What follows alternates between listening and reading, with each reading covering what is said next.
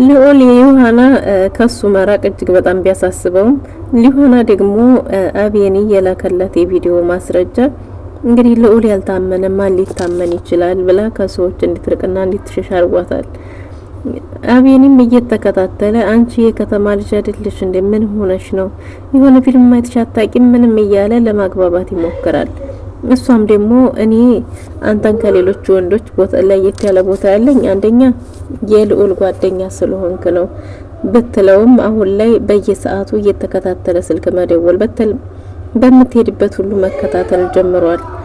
እናም እንግዲህ ልዑልም የዮሐና ከሱ መራቅ ትናንት አለው ብላ ዛሬ ከሱ መሸሿ እጅግ በጣም አሳስቦታል።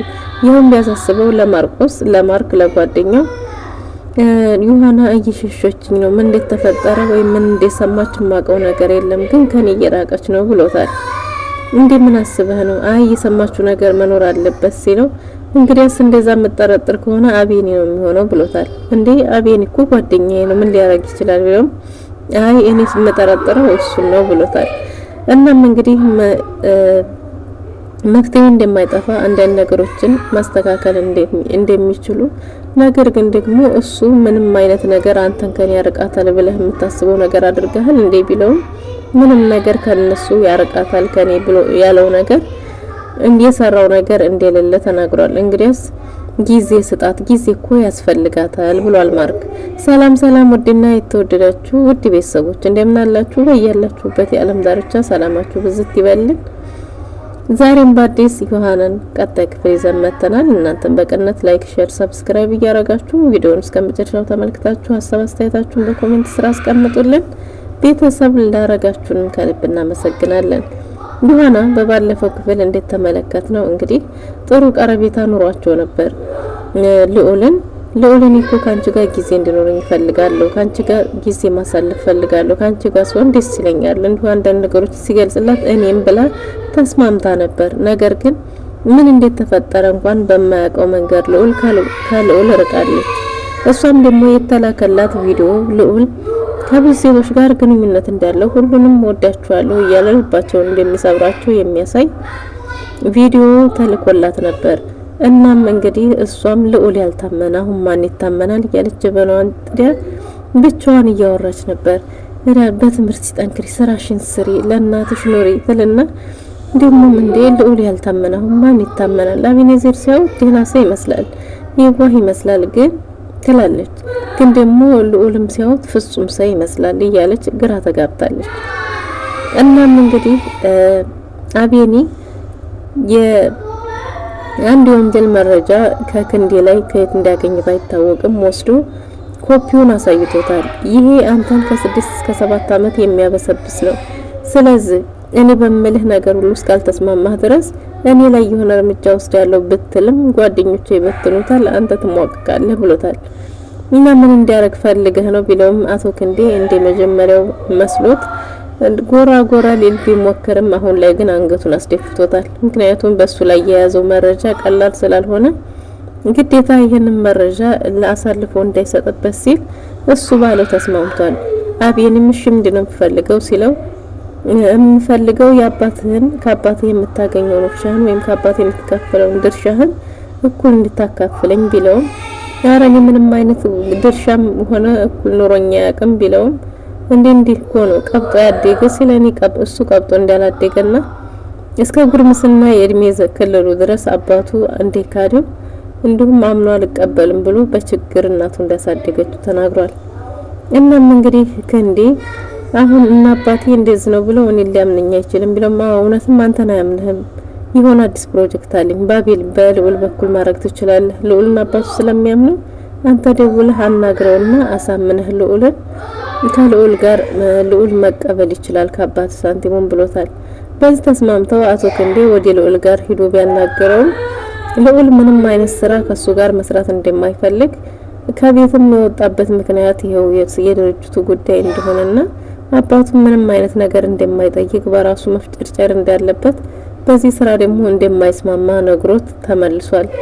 እነት እንደ ደግሞ ስኬታማ ያረጋናል ብዙ ሚሊዮኖች ባለቤት እንሆናለን ቢለው በዚህ አልስማማም ብሎ ጥሎት ሄዶ ነበር። ማነው አልፈልግም ብሎት ነበር። እናም አልፈልግም ስላለው ክንዴም ሞቶ ነበርና ከዛም ደጋግሞ ቢደውልለትም ልዑል ስልኩን እያነሳለት አይደለም። በሌላ በኩል አሁን ላይ ከአባቱም የበለጠ ወደ ቤት ከመመለሱ የበለጠ ቢዚ ያደረገው የዮሐና ጉዳይ ነው። ዮሐናን በጣም አፍቅሯታል። ብሌን ማርቆስን ፈልጋ ይሁን ልዑልን ባይታወቅም በዛ ቤት ላይ እያንጃበበች ትገኛለች።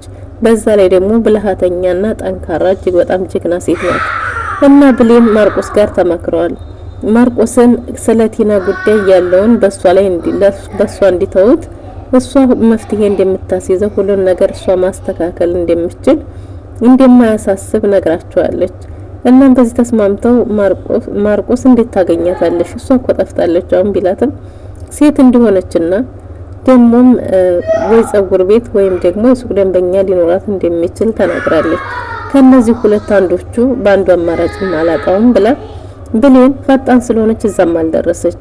በስልኳ በጎግል በምናምን አድራሻዋን አፈላልጋ ስልኳ ሲም ካርዱ ባይሰራም በክፉ ምክንያት ያለችበትን አካባቢ ያውቃለች።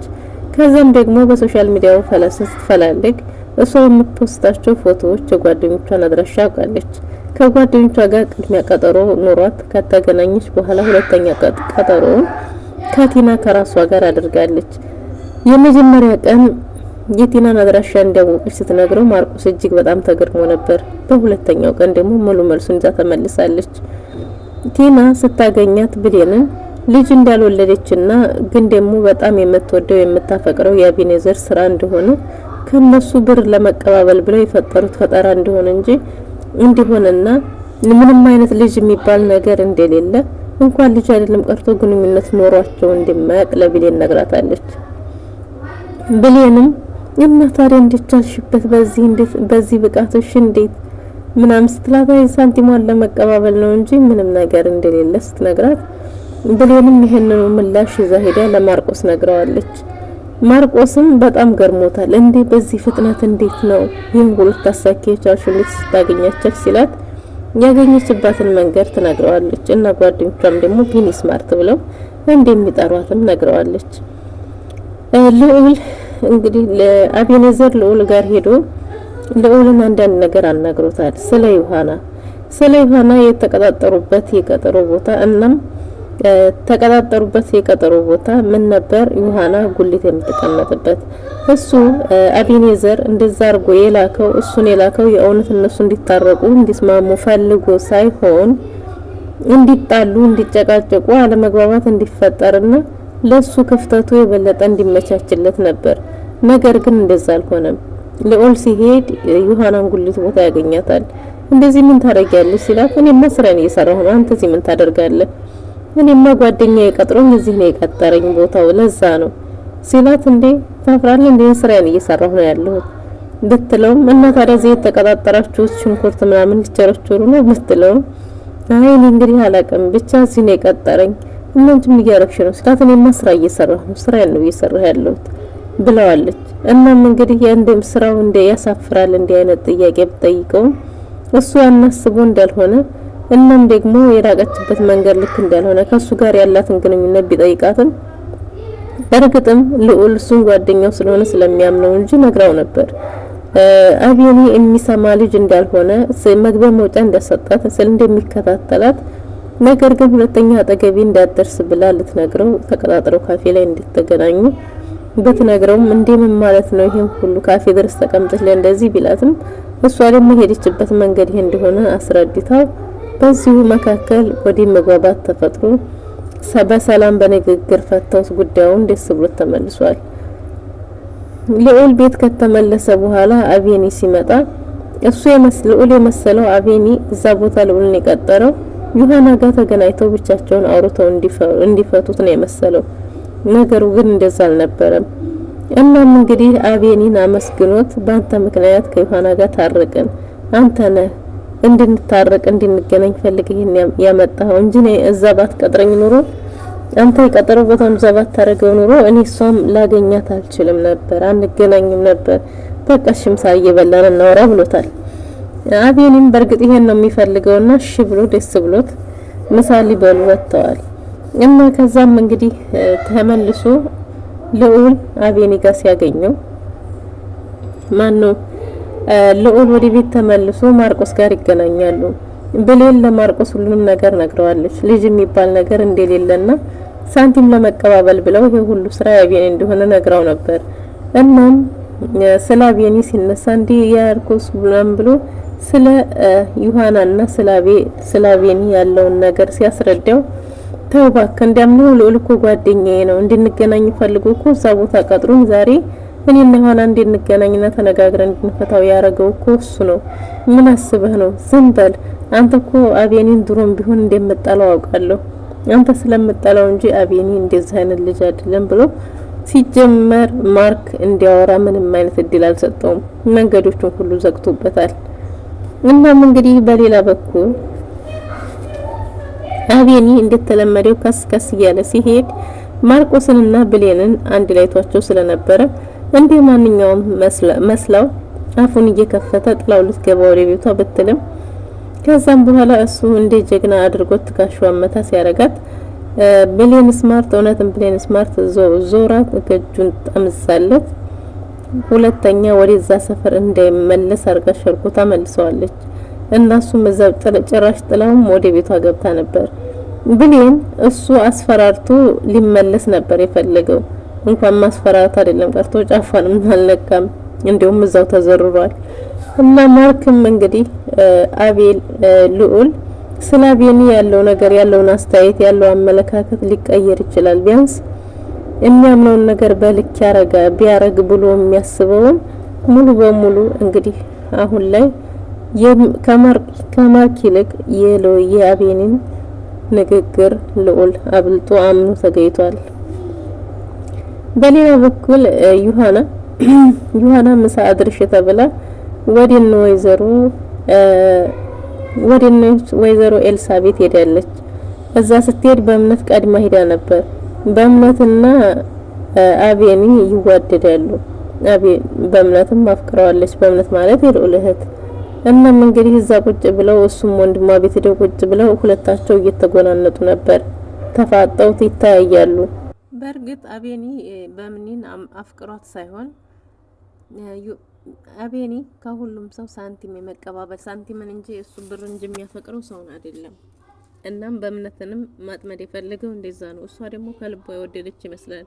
ቤት ይሄድ እንደነበረ ከቤት ለምን እንደቀረ አንዳንድ ነገሮችን ጠይቀው ነበር። ነገር ግን የሷን አይን እያየ እንደሚጋለጥና አይቶ እንዳላየ ማለፍ እንደማይችል እውነት እንዳይወጣ ስለፈራ እንደሆነ ነግሯታል። እሷም ይሄንን ሲላት የእውነት ልቧ እውነት መስሏት ቀጥ ልትል ነበር። ይሄ የሚሆነው እንግዲህ ዮሐና መታ ዮሐናን በራን ኮክቷ በር ሊከፍት በወጣበት ነበር ልዑል እና ልዑልም እንግዲህ በር ላይ ቷት ዮሐና ዩሂ ቆይ አንቺ ጋር ሰውን ሰላም ይሰማኛል፣ አንቺ ጋር መቆየት ይፈልጋል፣ ቢያንስ ትንሽ ቆይ እያላት አይ አረ ሄዳለሁ